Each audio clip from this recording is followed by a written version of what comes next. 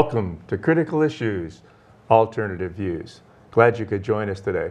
I'm Ron Kramer. I'm a professor in the sociology department at Western Michigan University, and I'm joined by my two colleagues. On my right is Don Cooney. Don is a professor at Western also. He's in the School of Social Work, and he also serves as a Kalamazoo City Commissioner. And on my left is Felix Brooks. Felix, back from his sojourn in North Carolina. We're really glad to have Felix back on the program. Felix is an adjunct professor in the Department of Sociology currently. And gentlemen, I don't know if we can find enough to talk about for an hour today, but it might be difficult. Yeah, right. There might be a lot of dead screen time there. You know? Let's see if we can scrounge up something to talk about. Well, of course, since the Trump administration 2.0 came in, we've been focusing a lot of our attention on analyzing and, of course, from an alternative perspective, critiquing what the Trump administration is doing. And last program, to start things off, I thought we should always mention the three most important things about what's been going on with this administration. Number one, almost everything, with very few exceptions, that Trump and Elon Musk say is not true. That's true. It's not supported by any facts or any empirical evidence. It's just not true. It's a litany of lies, essentially. Number two, what they are doing is causing extreme harm. I mean, they're literally killing people. That's not too extreme a statement when we look at suspension of some of the foreign aid, the almost dramatic and immediate impact that it's having. So, I mean, they're literally, well, of course, Musk has almost literally taken a chainsaw to the American government, and it's having enormously harmful consequences. And the third thing that I think people need to keep in mind is that this is all illegal. Almost everything that they have done is illegal. It's unconstitutional. Trying to be a dictator, in a sense, an authoritarian and rule by executive orders, when they're trying to demolish things that Congress has passed and approved and appropriated money for, and that's not constitutional. They can't take that money away. They can't abolish programs that Congress has created. So almost everything that they've done, and of course there have been over 100 lawsuits that have been filed against the Trump administration in just the last month. And so again, people need to keep that in mind. And again, I really want to hammer these points because I don't think the mainstream media does it. Right. They simply, I mean, you watch the coverage of the mainstream media and they sort of act as if this is all somehow normal. Yeah. Like this is sort of normal news coverage. Well, it's not, there's nothing normal about this. The lies are amazing. We know politicians lie, but this is lying at a level that we've never ever seen before.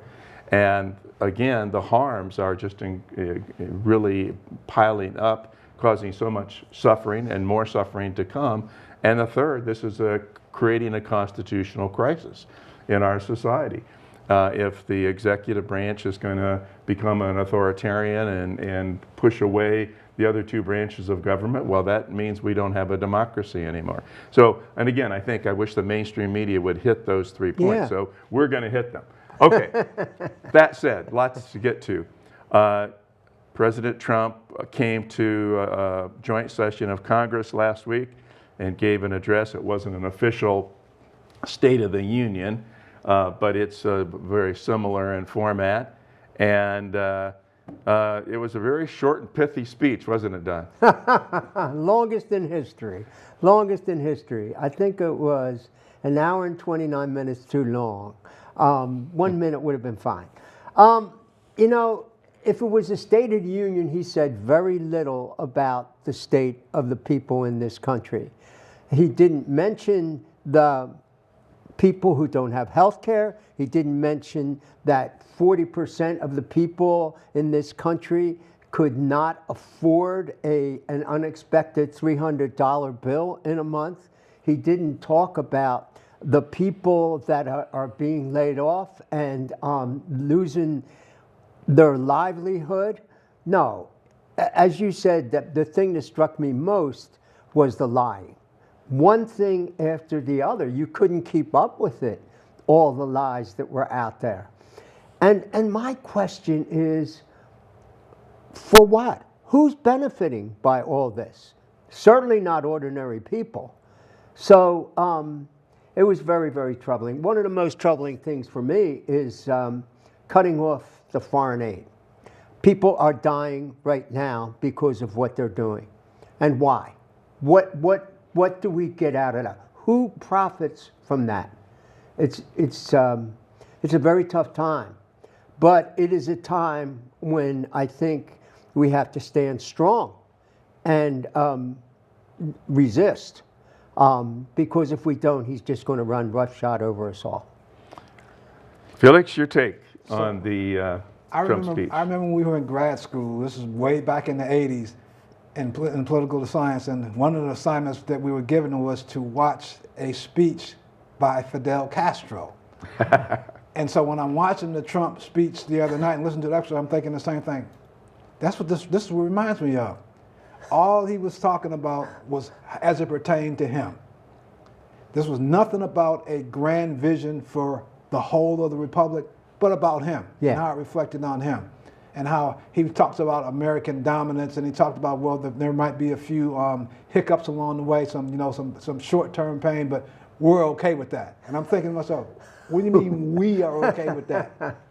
But again, all this stuff is put out there to wear people down. All the stuff that when he went through that list of all the justifiable cuts that he was making, that's just to wear people down. All the lies are to wear people down. So you just give up and throw your hands up and say, well, I give up. I can't. Yeah. He doesn't want people to keep up. I mean, it comes back to what Steve Bannon said before. Basically, you flood the zone with crap, and pretty soon people just get fed up. But that speech was more like a campaign rally, and that speech was for his base, not for anybody else, but for his base and for the benefit of his party. I don't think he cares about the collateral damage or the consequences to anybody else, particularly for the veterans. A lot of whom voted for him.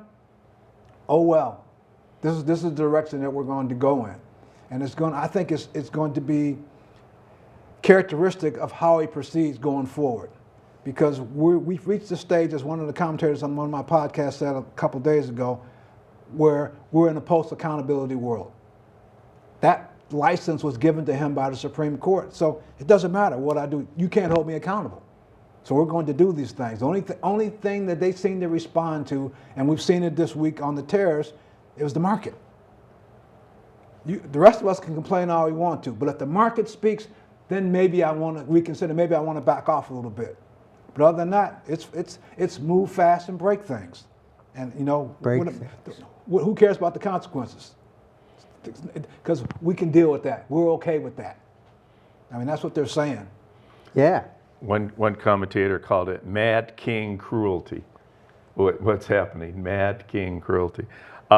Speaking of the Supreme Court, I don't know if you guys caught it, but when the speech was finally over, Castro-length speech, one commentator said, 2 hours, I think the longest speech ever in that vein. But when the speech was over and he's going down and he's meeting and greeting people, and the Supreme Court people were there in the front, when he got to Chief Justice John Roberts, he said, thank you, won't forget it. He patted him on the shoulder. Yeah. Thank you, won't forget it. Well, right. What was he thanking him for? That permission slip. Yeah. That that immunity. That immunity gave him the impetus to say, you know what, I can do what I want to do now. Yeah, I really can be a dictator. Yeah, I can be. And not just for one day. Because it's part of my official duties, I can't be held accountable for it. Yeah. And people in this cabinet are basically following that playbook. Yeah. Susan Glasser, who writes for The New Yorker, had a column on the Trump speech, and she wasn't very kind. She said it was partisan bile and patently absurd lies. It was inflammatory, radical, and dangerous. A Castro-length campaign-style culture war speech. And I think she nailed it right there. She went on to say, this is Joyce Vance now, who, I don't know if you guys know Joyce Vance. She does a podcast with Preet Bharara or so on this show. Yeah, she's a great lawyer and provides excellent commentary. She said, for the longest State of the Union address in history, it contained the least helpful content.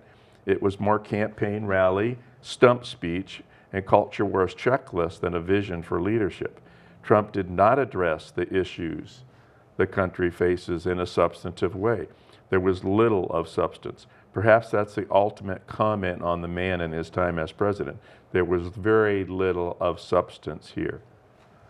And again, it's not like our country doesn't have enormous problems. And Trump got elected in part because he was going to bring the price of eggs down, right?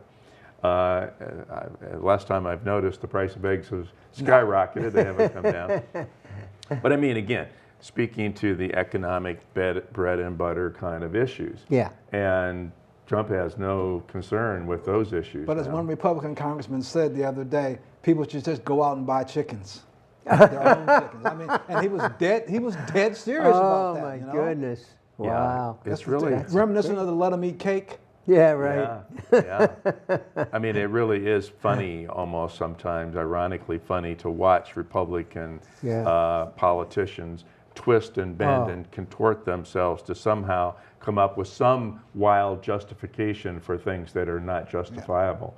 And they're backed in the corner because they can't say what they really think, probably. They can't say anything that's critical, or they know they'll be savagely attacked, and so they have to fall in line.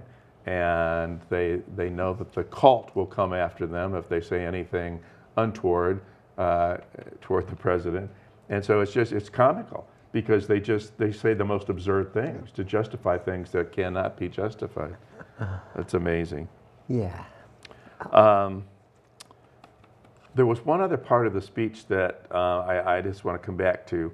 You know, had those touches where you bring people into the audience and then you make reference. And they had this very touching moment with this young boy who is a cancer survivor, is cancer free, and his dream is to be a police officer, and they went through this big thing to make him an official member of the Secret Service, right? Very touching moment. And the Republicans were mad that the Democrats didn't applaud more for this. But one Democrat said, you know, this is absurd. You know, you have just taken a chainsaw to all of the healthcare budgets in this country. You have basically abolished a lot of really important cancer research. And yet you want us to stand up and applaud because you want to point to one little boy who survived cancer, probably survived cancer because of life-saving research that had already been done by the federal government or drugs that had been developed with federal assistance. And now you want us to applaud that and say and laud you for that when you're systematically dismantling all the things that are going to help other boys in that same situation survive their cancer. And here's the ironic thing. So let's say in a perfect world, this young man gets hired to go work for the Secret Service. He's going to be on probation. Well, didn't you just fire probationary staff for the entire federal government? Aren't those people haven't they all been let go? Wasn't he brown or black, and therefore he would be a DEI hire? So you can't have that, right? So he's finished. He's finished. You can't have that. Right. Yeah. Got to get an unqualified, incompetent white person to take that position, right? That's right. He used these people that the vast majority of people can identify with, and he used them as props to cover over all the other terrible things that he's doing. All those harms we mentioned in the beginning. Right. It's just basically gaslighting the public. Yeah. Yeah. It was incredible. Well, anything else about the speech? Are we ready to move on to Elon Musk? Well, okay, that's good. Let's move on. Well, so Doge continues. This unofficial, artificial, created agency that's not been authorized by Congress, doesn't really have any legal authority whatsoever, and it's headed by Elon Musk, the world's richest person, a billionaire who bankrolled Trump's campaign and now seems to have absolute and complete control over Trump. And now Trump is basically giving him a blank check to do whatever he wants to. And he's kind of off his rocker in terms of what he wants to do. Maybe it has something to do with the ketamine that he regularly ingests. That's what I read, that can have very serious detrimental effects. But a lot of what he's doing, of course, is there's a basic conflict of interest. Yeah. Here's this man who has all these government contracts and all these interests at stake, and he's now been given a free hand to do whatever he wants to with the federal government in a way that protects his basic interests. There couldn't be a more corrupt situation.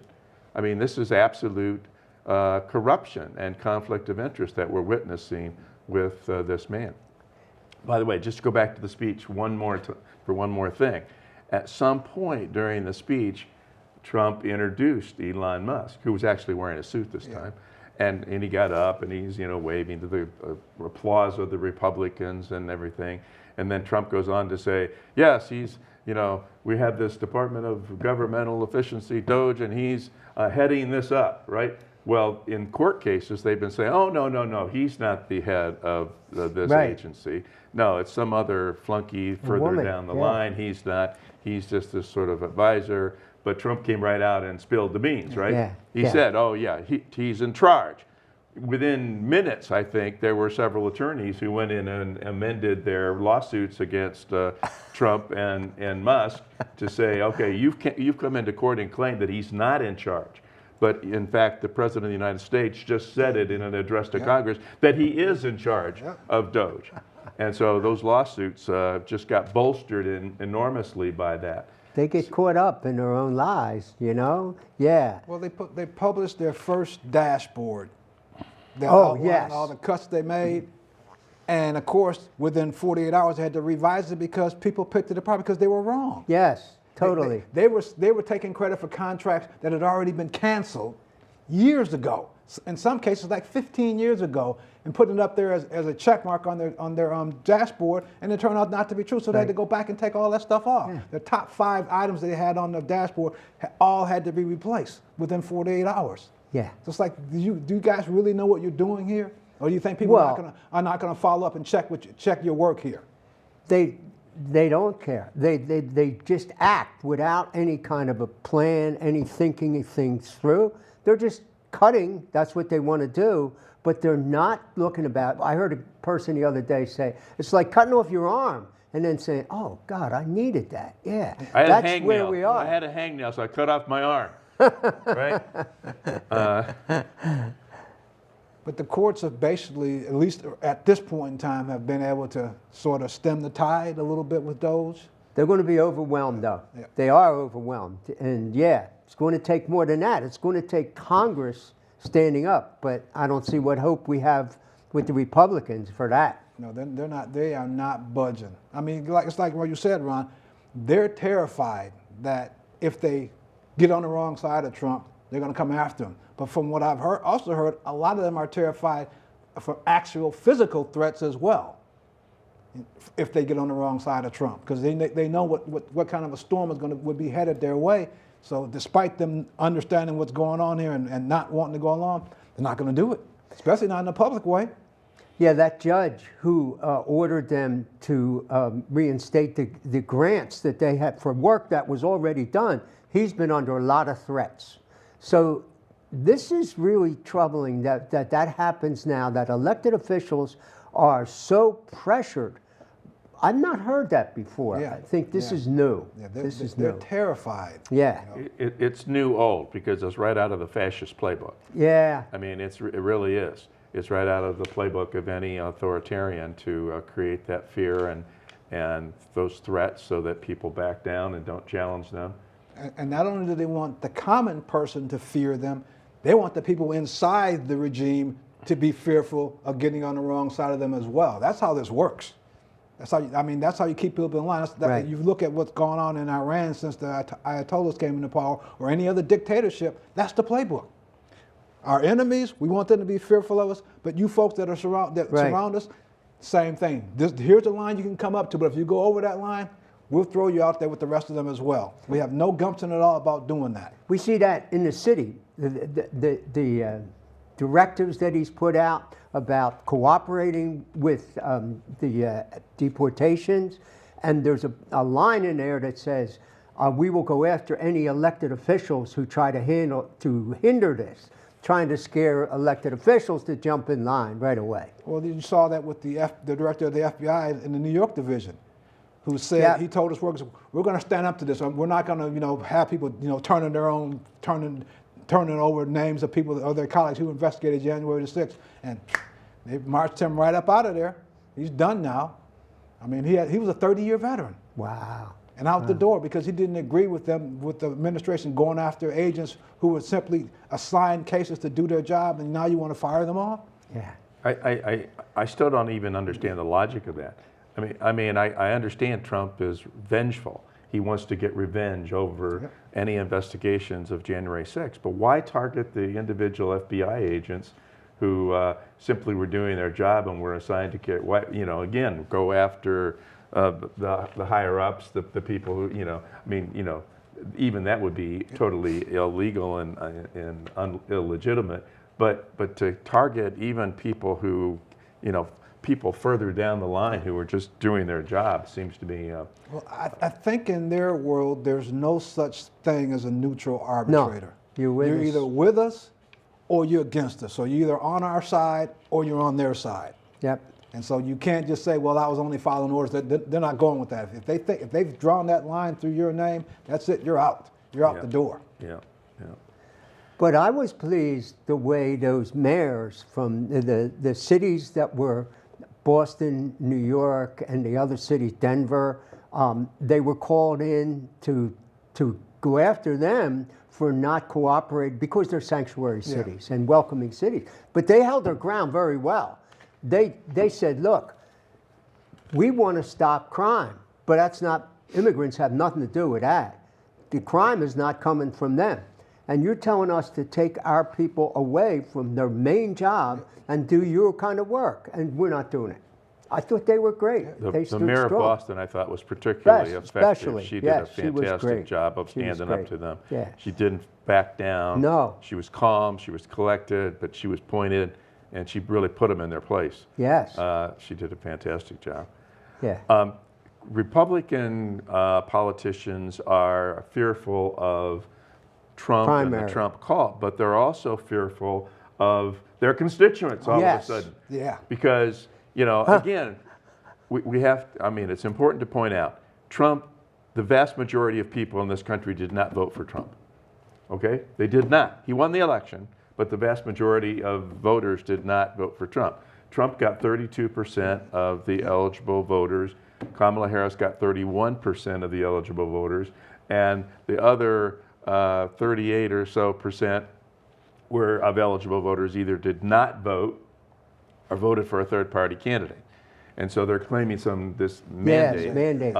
There's a large group of people out there who did not vote for Trump and are not very happy with what's been happening. They don't like the fact that Elon Musk, this billionaire who's not been elected by anybody, is taking a chainsaw and dismantling and destroying the federal government and causing enormous harm and suffering. So they're protesting and they're showing up in the streets, and they're also showing up at town hall meetings when Congress people and senators are brave enough to hold them. And they've been taking a lot of heat. One senator from Kansas actually walked out of a town hall meeting when the heat got too much, right? And then the Republicans said, well, you shouldn't hold town hall meetings. Don't hold any more town hall meetings. Right. Don't provide an opportunity for people to come in and protest and put heat on us. So don't even hold those town hall meetings. Isn't it a shame that not to let democracy get in the way of a good government? So much so that you won't face your own constituency. No. We're gonna do it online now. Yeah. So yeah. Because I think with Heisinger, in fact, we were talking about this before the show, his next town hall meeting is online. He's never had a town hall meeting in Kalamazoo, has he? Not that I am not that aware. I can remember. I don't think so. he's doing them anywhere though. No. They're all going to be online now because they're terrified. They're terrified. That you might have to be held accountable to the people who voted for you. And I think that's short-sighted on their part because if you're a congressman, you're up for election next year. It's not that much longer in the future. No. You're going to have to come back and face your voters. And if this is going to be your track record, I think a lot of folks are going to be in jeopardy of losing, if not for certainly, losing their seats. I think so. I mean, all these people that are being laid off, in many towns, they're so important that the federal workers are so much a part of their workforce there. I think those people are not going to be happy at all. And they're not going to forget. And they're not going to forget. How can they? They can't pay their mortgage. And so whoever runs against those people, their first television commercial is going to be, I hold town halls. The guy you elected, he won't even come talk to you. And how do you defend yourself against that sort of thing? But their thinking is so short-sighted now because it's driven by fear. Right, right. Huizenga basically his office has been overwhelmed with phone calls, so he doesn't want you to call anymore. He actually told a local news agency that he doesn't want people to call his office. Well, you mean his constituents? His own, because he doesn't want his constituents to contact him. And he won't hold his town hall meeting in person. He's created this artificial mechanism where they can completely control what's going to happen through the phone thing. Yeah. And he's afraid to face his constituents. He's absolutely terrified to face us and other people who are angry about what's happening with our government. So He's a coward. Let's just put it right on the table. Our congressman is a coward. He will not face the people of his district in a town hall meeting. Because he's more fearful of Trump and Musk than he is of us. Yes. He'd rather not get on their bad side and not worry about what his constituents think. He thinks that the people will have such a short memory that by the time election turns around next year, this will all be forgotten. But I think he's wrong about that. Oh yeah, I think it's a miscalculation on his part. And if he won't come to us, we're going to go to him.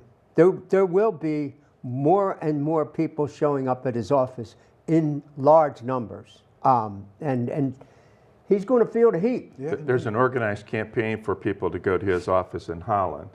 Apparently, that's his main office, I guess. Yes. And he won't meet with them, but they're going to slide messages under the door and just make an organized presence there so that, again, keeping the heat on. That again, people are basically clamoring for him to face his constituents, and he won't do it. So they're trying to put some heat on him in that fashion. Well, there's an organized march lined up to go to his office in Portage for March 18th. Okay. That's going to come, and especially the one who's organizing that is an environmentalist.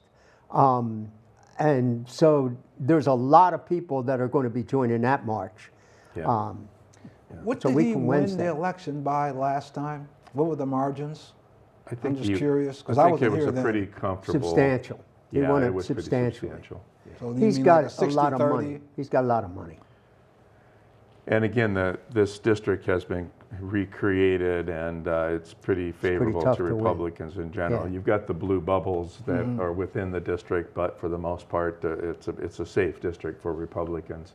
Yeah. So he doesn't have to really fear, and that's another thing. He doesn't really have to fear re-election. I think unless there's a lot of Republicans maybe not, yeah. who are Well- becoming more and more upset and will put pressure on him. But There's a lot of farmers in the West out here. And a lot of veterans as well. And a lot of veterans. And what he's doing to both these, what Trump is doing to both these constituencies could cause an uproar here.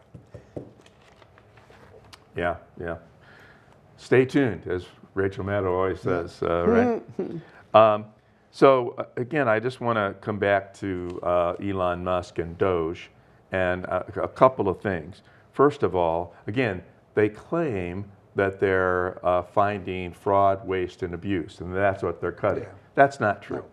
That was never true.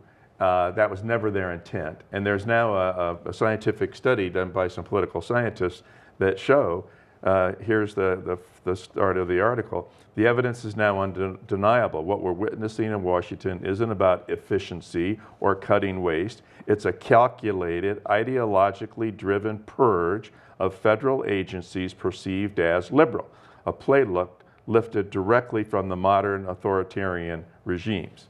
So it's not about cutting. No. No. And again, let's say, okay, you're a conservative Republican and you think government is too big. Okay, that's a perfectly legitimate position to take. We've had people who've thought that for years and years and years. We've had lots of good discussions and debates over what the proper role of government should be, how big government should be, and again, I think when one could have that discussion and say, okay, here's an agency, here's a program. What are the weaknesses? What are the strengths? Should we have this? Should we not have it? And you and I might have a debate about that. And you might convince me, okay, yes, there is fraud or abuse, wasteful spending in that government agency. So I'll say, okay, yeah, maybe we need to scale that back. So let's go to Congress. Congress created this program. Congress created this agency. So now let's go to Congress and ask them to eliminate this agency or scale it back. First of all, let's look and make sure we know where the waste is. Let's do a study here. Let's not just jump in and cut. Let's look and say, okay, I'm sure that there are places that are legitimate to cut, but not just you cut and then we'll look and see later. We'll worry about the consequential later. I mean, take, for example, what they said about Social Security during Social the speech. Security. When he talked about all these millions of people between the ages of 100 and 119 that are getting Social Security checks, I'm like, really? Lies. Really? Where's your proof at? Right, there is no proof. They have no proof of that. And it's just incompetence on their part. They can't even understand how the Social Security system, computer system operates, right? So, I mean, we've seen that time and time again. Elon Musk comes in with his chainsaw and brings all these young, wet behind the ears, young people who, computer nerds, and they just run amok. And they don't understand. Right. They don't have the basic understanding of the government, the agencies, the programs, and they just go in there and they start hacking away without any understanding of what they're doing. The administrative costs for Social Security are slightly over 1%. I would find corporations that could get their administrative costs down to 1%, that would be wonderful. There is not a waste in Social Security. And the other pieces that they fail to acknowledge is that the Social Security Trust Fund was doing just fine until the government decided to raid it. Years ago, it was doing fine. Government decided they needed that money off the top. Right. And that's when it became a problem. And there's a fairly simple solution, and that is to remove the cap. Yeah, we take the cap off. Right. I mean, why should a billionaire pay into Social Security only up to 130? What? It's about $130,000. $130,000. And why do they have to stop at that point? Why don't they continue to pay their fair share? Because they seem to be so interested in fairness. Yeah. Right. Except for when it hits them right in the face, then, oh, no, we can't do that. Right, and they don't have to pay anything on returns from their stocks. They don't have to pay anything on that. So, no, it's if we remove the cap and the wealthy paid their fair share, that's a huge chunk of money right there. That goes 90% of the way to securing Social Security well into the future. And as I had to explain to my students, I said, you folks need to understand, people have paid into the system. Yeah, right. This is not like a government giveaway. I said, every check that I've gotten in my entire life, I have to pay Social Security tax on. People have paid into this. It's insurance. I said, some people make it seem like the government, they're just giving people this money. Right. No. Never been that way. No, People have paid into this since the program started. Right. It's been for decades. Yeah. People paying money into this. Yeah, and then Musk says this is the biggest Ponzi scheme ever. He starts messing with Social Security, you're really going to see people jumping out on that one, boy. Well, that's what I wanted to ask you guys. Okay, the Republicans in Congress want to pass this enormous tax cut for the wealthy. It's going to cost about $2 trillion. $2 trillion. Yep. And so they have to try to make that up somewhere else. And so, but there's nothing to cut really unless they start to cut into these social insurance programs. Medicaid, especially. Medicaid, is where they're looking Medicare, and Social Security. And SNAP programs. Now, you can understand that, okay, the Republicans think they can go after Medicaid because that's poor people. Yes. And nobody cares about poor people in their view. They don't care about poor people, so they think nobody else cares about poor people. Now, Medicare and Social Security, that's a different matter. And so again, if they really, and Trump has said time and time again, I'm not going to touch Social Security. He said it just in the Oval Office like a week ago. Yeah. No, so we won't touch Social Security. Outright lie. Outright lie, because they are targeting Social Security. Cutting the staff. We saw that in the speech the other night. We saw that with the moves that they're making to lay off people at the Social Security Administration. So what's going to happen politically if they really go after Social Security? Do you think that is a step too far for even Trump voters? Yeah, that's a red line because their voters get Social Security too. Absolutely. You know? I think the statistics are that in Michigan, the poverty rate for people over 65 is about 9%. Without Social Security, it would be 40%. Yeah. And when you look at Medicaid, more than half of the people in nursing homes getting their bills paid by Medicaid. So you start going after that, you're really going to be going after Think about people. this. If you have Steve Bannon, of all people, telling the Trump administration, you might not want to mess with Medicaid or Medicare. You might want to leave those things low because a lot of our people get funding. A lot of people in rural areas get that funding. Yes, yes. So I think he even realizes that's a red line. We crossed that line. We're basically, we're setting up a circular firing squad. But that's where they're stuck. Because where else are they going to find that kind of money? Because they won't go to defense. They talk about that, but then Trump talks about building an iron dome over the United States like Israel has, and not realizing, you know how big the United States is? You know how many billions and billions and trillions of dollars it would cost to do something like that? Where are you going to get the money to pay for that? Yeah. So I think that's one of the most interesting things for people to keep their eye on. How far are they going to go? They're talking about it, and they've made some moves that suggest they are going to try to go after Social Security. Chris Hayes on his MSNBC program this week did an excellent program, and he's convinced they are going to try to slash Social Security. And if they do, again, I think we need to keep our eye on what's going to happen politically with that. I think that would really cause a firestorm. Right. And Trump has shown that he will back down if the resistance gets too heated. The tariffs, he's backed down. So let's talk about the tariffs, because I think that's another area where we can kind of judge what's the political resistance doing to Trump's decision making. So the tariffs were always a stupid idea. I mean, even the Wall Street Journal came right out with a huge headline and said, this is the dumbest thing any president could ever think to do. I mean, if the Wall Street Journal, which is a Rupert Murdoch-owned newspaper, Right. And again, solidly capitalist and Republican in its orientation, comes out and says, this is stupid, don't do it, and then you go ahead and do it, that's just incredible. So the idea was, okay, we're going to put, a 25% tariff on Canada and Mexico, and then it was a 10% tariff on China, then that was going to go up. On top of the 15% that we had already put on them. So Right. And again, targeting our two closest friends and allies, perhaps, here in North America, it made no sense whatsoever. No. And the claim is, why are you doing this to Canada? Well, they got to do more to stem the flow of fentanyl coming. 1% of all the fentanyl that comes into the United States comes through Canada, and Canada's already making moves to try to even deal with that. So there was no justification whatsoever. I mean, their only justification was a complete lie.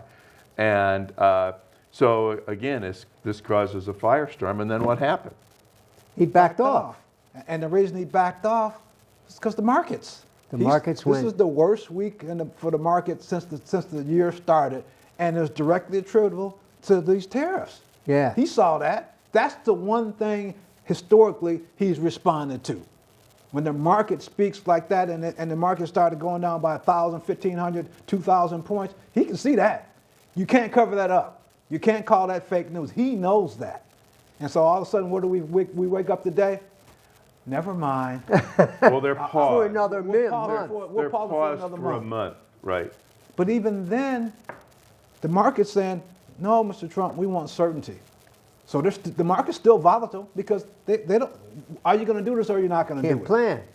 I am going to do it. No, I won't do it. No, I will do it. No, I'm going to pause it. Because he tried this. He did this a little while back. He's made a claim he was going to do it. Then he backed off on it. Now he came back with it. Now he's paused it.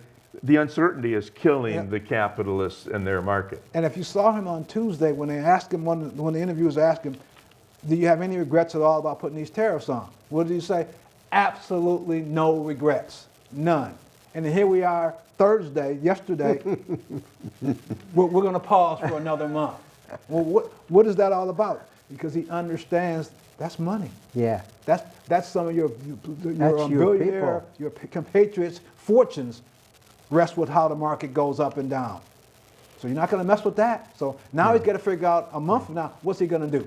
Is he going to call it a strategic surrender, declare victory and go home? I'm real curious to see what's going to happen a month from now when we come back to this. He'll say they made the adjustments I was looking for, so I was a great way to bargain and. Which is precisely what he said they didn't do on Tuesday, which is why he was imposing the tariffs. They didn't make the adjustments I was asking for. So I'm going to impose these tariffs. That was Tuesday. Yeah. And we're at Friday today. Yeah. I was like, what happened in the last 72 hours? I don't think they did anything any different than what they had already been doing. He looked at the market. Yeah. And the market says, even you don't have control over this.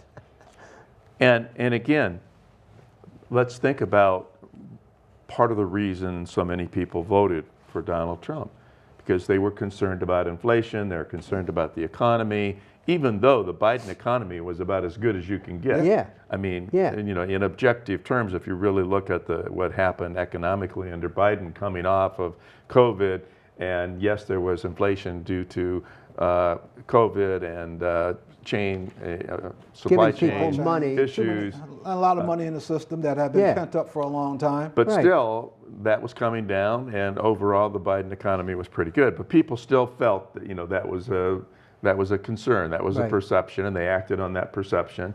So now, what happens to those people who were concerned about inflation and concerned about the economy? Whap! They're getting hit right in the face with this enormous tariff, which is a tax on the American consumer. Yeah. Who Yeah. pays the tariff? Who The pays? customer. pays Trump the seems to think that's coming all out of the budget of Canada and Mexico. No, it's coming out of the pockets of the American taxpayer. Because before he hit the full pause, earlier yesterday he decided, well, we're going to pause it for the automobile industry. Because they told him in no uncertain terms, the price of our cars are going to go up $10,000, $15,000, $20,000 if you impose these tariffs. Like he didn't understand that reality, but they said, no, this is exactly what's going to happen. Because we import components from other places that you're putting tariffs on, so what are they're going to raise their prices. So we're going to raise our prices. Oh, we can't have that. So we'll just put a pause for the automobiles. And then by the end of the day, it was a full pause. Yeah. Yeah. Yeah. And again, I just don't know. I mean, I hope that a lot of people who voted for Donald Trump are reevaluating that decision right now. And again, they're the ones that are getting hurt. Absolutely. The cuts to the federal government, the tariffs that are being imposed, the volatility of the markets doesn't affect them as much perhaps, but their 401ks are going to be affected in the long run. And so lots of people. The services that they expect from these agencies are going to be, I mean, if they cut all these people from Social Security, it's going to be a nightmare to get your issues attended to. Yeah. And, if And the cut all these veterans. they cut all these people from the IRS. When it comes yeah. time to get your refund back, that might take a little bit longer Like a than year it did, or so. Yeah. Yeah. Right. Yeah. Absolutely. Yeah, we count on these people. Yeah. And we count on these people to do the research on healthcare. And to pause all those things. And No. because unfortunately, what they've been able to do with their constituency is to convince them that these people are lazy. Yes. That yes. they're a drain on the rest of the system, that they need to be pushed aside. Until like you said, Don, until I need something. Until I need my veteran services, or I need my Social Security check, or I need my, my return from the IRS, and I can't get that. You mean I got to wait 4 months now for something that would take 6 weeks? Yeah, because you got rid of all those people. You fired them all. So you can't have it both ways. And a lot of these people that they're firing, they get this letter that says they're fired because they're incompetent, they haven't performed well, and they got excellent evaluations the year before. And that comes back to what Ron said. There's no legal basis for these firings. No. They've just done No, it. they're just doing it. Because they think they can, because Yeah. according, like you said, with him and John Roberts, thanks. Thanks, buddy. You gave me my permission slip. Thanks, buddy. I'm going to do this now as part of my official duty. Won't forget it. Yeah. Because forget they it. had this, what they called, and I'm sure you guys have heard the term, they had this conception of what is referred to as the unitary vision for Executive. the executive, which Presidency, means yeah. he should have or she should have the right to fire and hire anybody they want to throughout the executive branch. That's one of the cases that's going to be going before the Supreme Court next fall. Yeah, it's going to be interesting. I mean, we did see the Supreme Court support a district judge who said, yeah, USAID let these contracts, people fulfilled the contract, they did the work, and now you got to pay them. And Trump was saying, no, we're not going to pay them. He thinks you can stiff those people Yeah. like he stiffs all the people who do work Yep. for him. Yeah, right. Right. But you can't. That's what the district court judge said. No, you had an official contract. Congress approved this money. The contract was let. They did the work. Now you got to pay them. And You can't just stiff them. You know what was interesting about that, Kron? That was a 5-4 vote. 5-4. And it was a 5-4 vote. Yeah. So there were 4 people who actually believed that if you engage in a contract with individuals, they do the work they're supposed to do. We shouldn't have to pay them. Unbelievable. I mean, they actually voted in favor of that. And Alito wrote an 8-page response saying that you stiffen the American people with work that's already been it's already done, been like done. you said. Yeah, crazy. Contracts is, I think, the very first course you take in law school. And I think any professor who teaches contracts will be astounded with that 4 Supreme Court justices say it's okay to stiff somebody out of a legal contract and not pay them for the work that they've done. Because they did the work. Yeah. The work was complete. Yeah. And Congress authorized Yeah. the money, and Congress Yes. authorized the program. And yet now somebody else is barging in. Elon Musk with his chainsaw. What a clownish figure he is, isn't he? Really? Dancing around on Really? the stage with this chainsaw and being proud that he's somehow decimating the federal government and doing harm to the American people. And he's gleeful about the chainsaw that he's taking to our government and to Yeah. people's lives. What an image he's presenting of the nation. What kind of people are we? And when you look at USAID and the head of the United Nations says people are dying from this, and our elected officials, Trump and Musk, they just say, too bad, America first. And It's here's all the about thing us. that was interesting. They were asking J.D. Vance about that, and Oh. he gives this convoluted Oh. definition of Christianity. Oh, And I'm yes, yes. thinking, what Bible were Take you care reading? of your own. Yeah. That's what it Yeah. starts. It's about. There was Right. none of that. Take care of your own Yeah. in there. You know, love thy neighbor as you love yourself. He has a completely different conception of that. The Good Samaritan, yeah. I don't think he was related to the Good Samaritan. That was the point. Yeah. It was somebody I didn't know that's laying there that's hurting. We've got about 10 minutes left in the program, and I did want to at least touch on the meeting with Zelensky and Okay. Trump and Vance in the Oval Office. I think it was a week ago today. Yeah, Friday. And Trump and Vance ambushed Zelensky, and they made it clear that they are not going to support Ukraine. They're not going to support our European allies. They are instead going to switch their support. They're now in allegiance with Putin and Russia. It was as clear as day. Yeah. That's exactly what they said without coming right out and saying that in that meeting. And Ukraine, no. Russia, yes. And if you want our help, the price for that help Oh. would be to give us half your resources. Yeah, awful. And so, how was Zelensky supposed to feel about that? He wasn't happy about that. I can't blame him for that. You're telling us that this hostile country invaded us. You won't help us unless we're willing to give up half our resources. That's what this is all about. But I'm supposed to be happy about that. And you know? then it's not even clear how much help you're going to give to us if we give you Because this. you won't give us a guarantee. No guarantee. No, there's No no, guarantee. there's No no guarantee. guarantee at all. There's a TomDispatch.com I've mentioned Yeah, several he's times good. in this program. Tom Dispatch, Great, yeah. great website. Lots of really fantastic articles.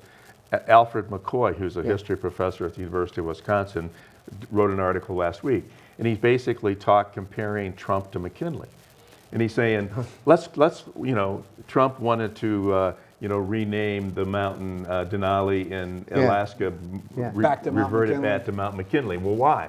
Well, it appears that Trump admires McKinley and aspires to be like him. And so basically what's happening is that he's reverting back to the style of imperialism that McKinley was practicing at the turn of the 20th century.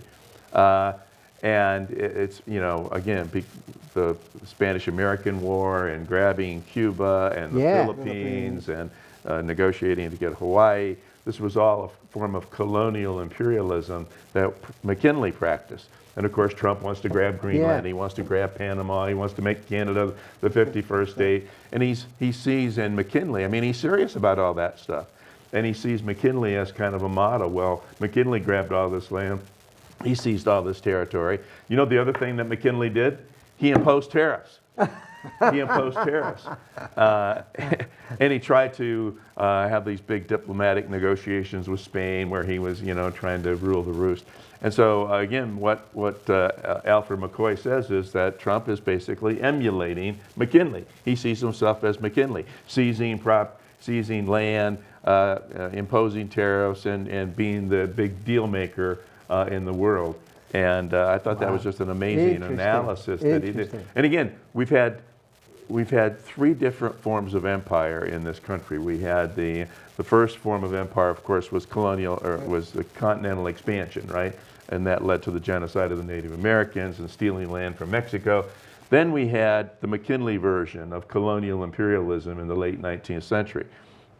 And then after that, that didn't work out so well. So then we moved to a third form of imperialism, which some historians call open door imperialism or informal imperialism. And that's sort of been where the United States creates a rule-based order. We're still number one. We create the rules. We make everybody else follow by the rules, but we create alliances, and it's a different form of imperialism.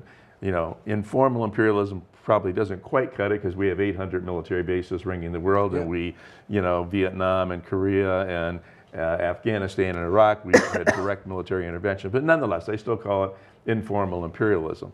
But it's a rule-based international order for the most part. And now Trump seems to be chucking that aside and supporting Russia and supporting Putin, and now basically upsetting all of those alliances. My God, the Europeans must be just horrified by what's happened to America. Well, J.D. Vance tipped our hand, if you want to call it that, when he went over to give that speech and told them that their real problems weren't Russia or anybody else. Their real problems were internal problems. Freedom of speech. Like he's some sort of expert on that, Yeah. Which is what I found ironic, because when Zelensky came back and said, how would you feel if they were doing this to you? He says, and Trump says, well, don't tell us how we should feel. Yeah. But you're perfectly willing to tell other countries, including the Ukraine, how they should feel. Right. Yeah. Yeah, exactly. Vance is such a sycophant. I mean, he just goes along, and as much as he can strengthen him, he falls all over himself trying to do that. And that's so painful. Well, he's good at cleaning up crap. Yeah. You can imagine the president's riding on a horse-driven caravan, and here's Vance behind him with a shovel picking up all the crap. That's what he's good at. I mean, he's become expert at that sort of thing. So Europe has really quickly responded.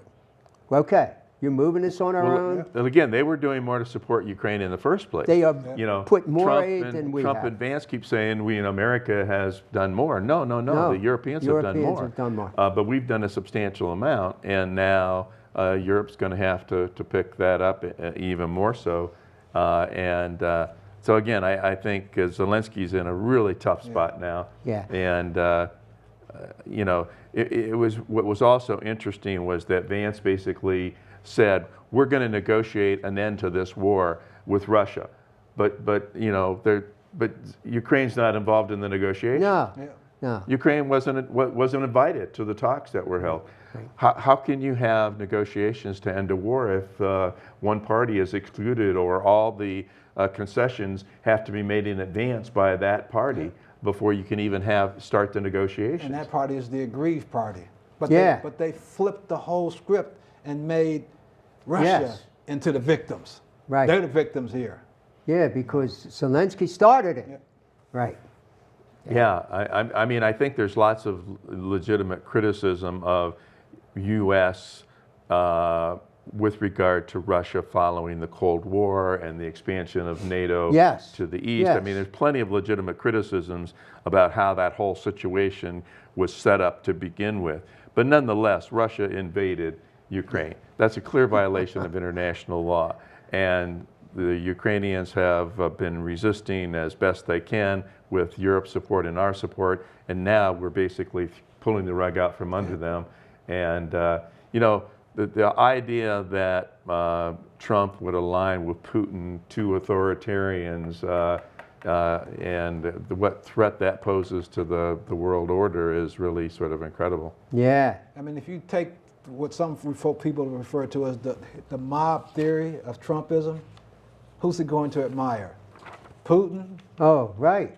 Erdogan, Orban, because they're all could be considered other mob families. They're bosses. They run their countries the way they want to. He wants to be able to do the same thing. Everybody else are people to be taken advantage of. Yeah. Yep, yep. Yep. That's how he sees the world. All right, well, we're just about out of time. I've got a couple of announcements that I want to make. There's going to be an event coming up on Thursday, March 13th, from 6 p.m. to 9 p.m. at the Lee Honors College Lounge. It's titled Surviving Genocide. A WMU graduate student who is from Gaza is going to talk about his journey from Gaza to Michigan. And again, that's going to be on Thursday, March 13th from 6 to 9 in the Lee Honors College Lounge. If you're concerned with what's happening in Gaza, the ongoing genocide there, you can come to this presentation. There'll be a dinner that starts at 7:30 with catering from Shawarma King. And so again, want to really let people know about this event that's coming up. I'd also like to let people know about an event I'm going to be involved with. My new book, Apocalyptic Crimes, Why Nuclear Weapons Are Illegal and Should Be Abolished, is coming out next week. And I'm going to have a book event at BookBug. This is a bookstore on Oakland Drive. That book event will take place on April 15th from 6:30 to 7:30. There'll be plenty of copies of the book available through the bookstore, and I'm going to provide a brief overview of the book and then open it up for questions and comments. This is a book I've been essentially working on for over 40 years. I mean, my initial involvement with this nuclear weapons issue goes back to the early 1980s, and this is my effort to kind of look at international laws, how it deals with nuclear weapons, and maybe chart a path toward abolishing those weapons. And again, I wrote the book before the current Trump administration came into power. Well, that's the end of our time for today. Gentlemen, thank you. Don Cooney, Felix Brooks, thank you for joining us. Please come back again and visit us. Critical Issues, Alternative Views.